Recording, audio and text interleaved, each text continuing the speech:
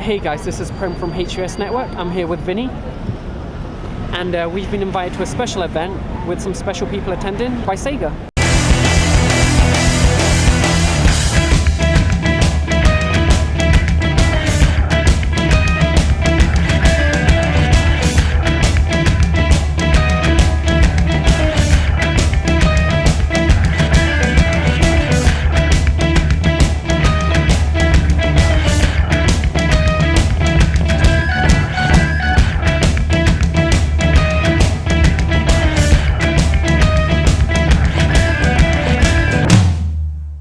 I'm here with High Voltage, Eric and Matt. Hey. Do you want to just tell us what your roles are in High Voltage?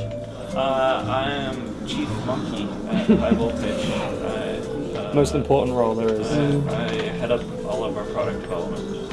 I scrub the sinks and take out the garbage, and I also do art direction. And PR occasionally. And occasional PR, that's right. For those who haven't really heard about the Conduit franchise, what's the basic premise of it?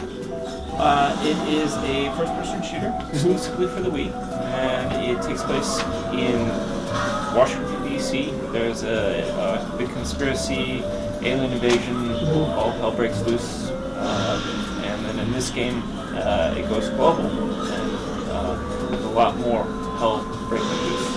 What kind of countries? Siberia, China, you have Agartha, Lost City Atlantis. You get to go back to DC, but it's a lot more banged up. You get to go to Matt's house. Full detail. That's an exclusive. Matt's house. Only in a special edition, right? Yes, that's right. So what would you say about like the main improvements from the first to the second? I'd say the biggest improvement was just that we had our engine mostly developed. It really was a big part of this. Was that in the first game we were developing the game engine while we were developing the actual game, and some things suffered because. So now you've got like priority on the game and the style and all that kind of stuff. Exactly, as opposed to where the story suffered a bit in the first game, the style suffered a little bit, and some of the game design suffered because of it. Those things were all things we were able to focus a lot more on for the Conduit too. So I heard you got some new story writers behind this one? We did. Matt Forback and Jason Blair. Jason Blair was awesome. Pretty big guys. Yeah, they were really awesome. Jason Blair worked on Prey, he worked on, did some work on Borderlands, and those guys came in and helped us out. Jason came in 3 days a week and worked on the story, so that was having that integration with the team. I think folks will discover that the story is far more integrated with the what's actually going on.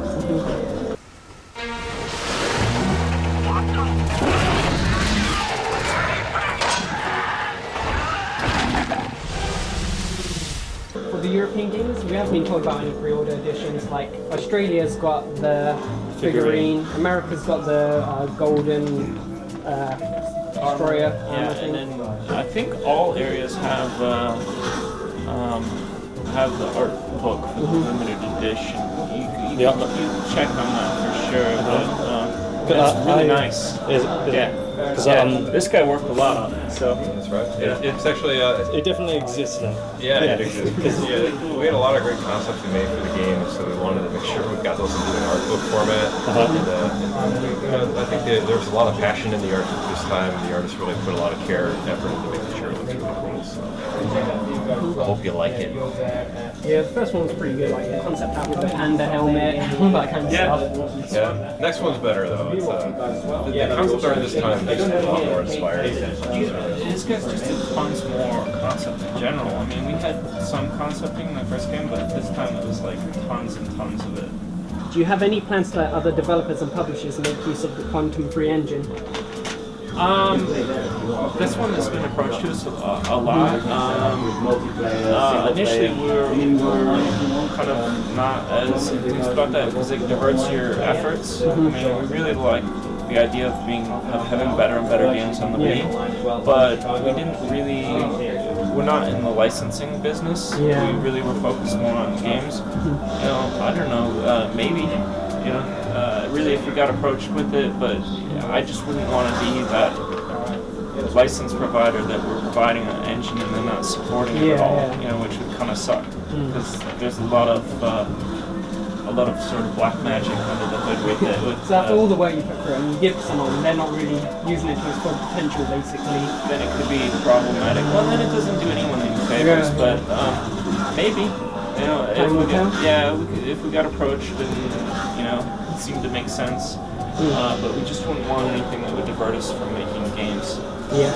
I don't suppose those are free drudge, eh, Prometheus? Their hostility would certainly indicate otherwise. Next is Dr. Death. We very much like how HVS is filling the gap in the Wii's FPS market with awesome games. And what other gaps do you think exist? And, well, yeah. On the Wii specifically? Yes. And do you think you could see yourselves filling any other gaps in the systems library, perhaps in the future? Well, I think there's a gap in a few different genres on the Wii. There's not a lot of RPGs. There's not a lot of fighting titles. What else would you say, man? There's not a lot of racing titles. There's quite a few side-scrolling platformers and 3D platformers. I don't know. I mean, there's just not enough dancing games and fitness. We need more dancing. Yeah. how about answering it more like this?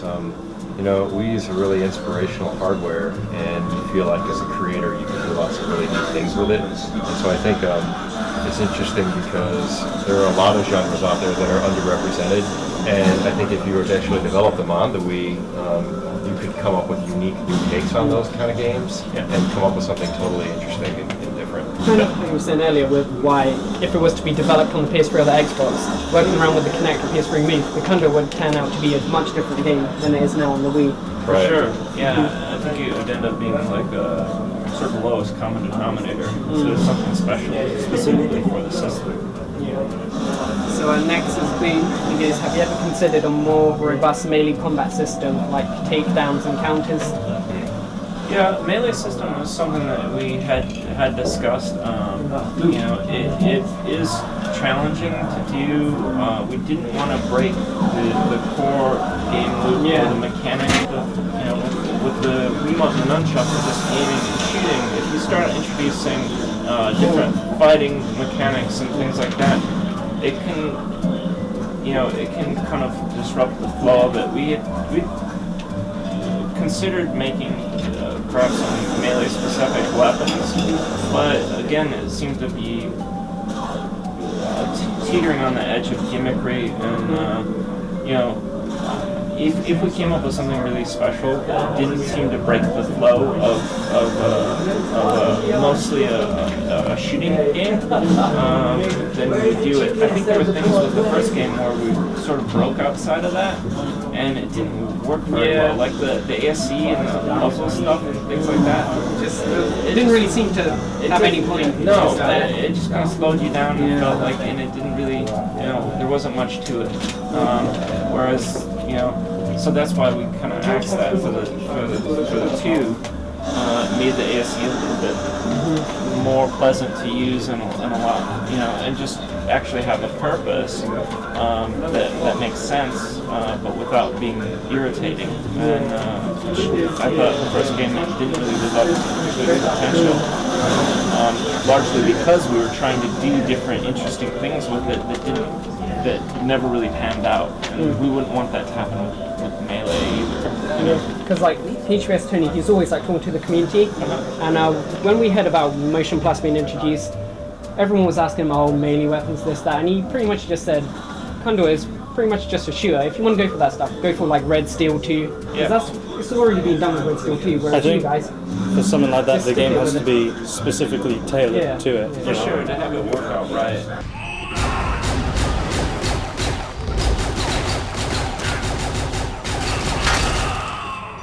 Lemon goes straight away with 3DS. Just wants to know about HVS and the 3DS and what's going to go on with that. We're working on 3DS stuff. We really like the 3DS. Nintendo has been awesome. We're pulling over our quantum technology to the 3DS. And it's surprising what we're able to do on the system. Because I've heard that you got 3DS with you today. We do, actually. Maybe we might be able to give you a peek that later, but not on camera. Yeah. But one final question is back to the grinder. They just want to know what's going on. So do we. Any updates? Yeah. Well, not a lot of updates. We're actively shopping it. We've got a vertical slice. We've got a lot of playable level, and all the gameplay loops proved out. Shopping with publishers.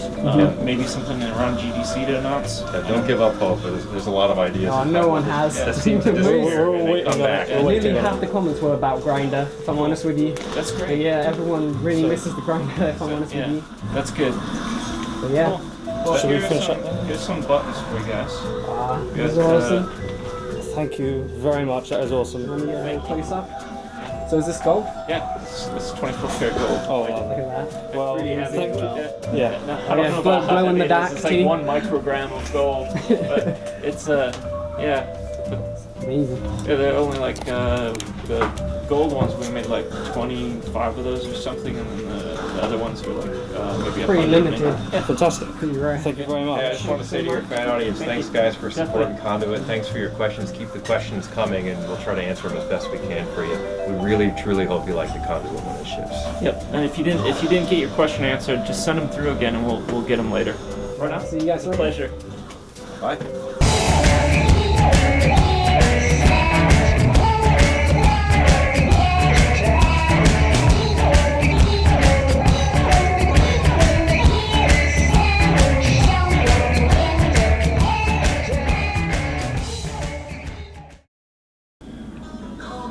Oh, you threw a grenade. That's not good. Oh.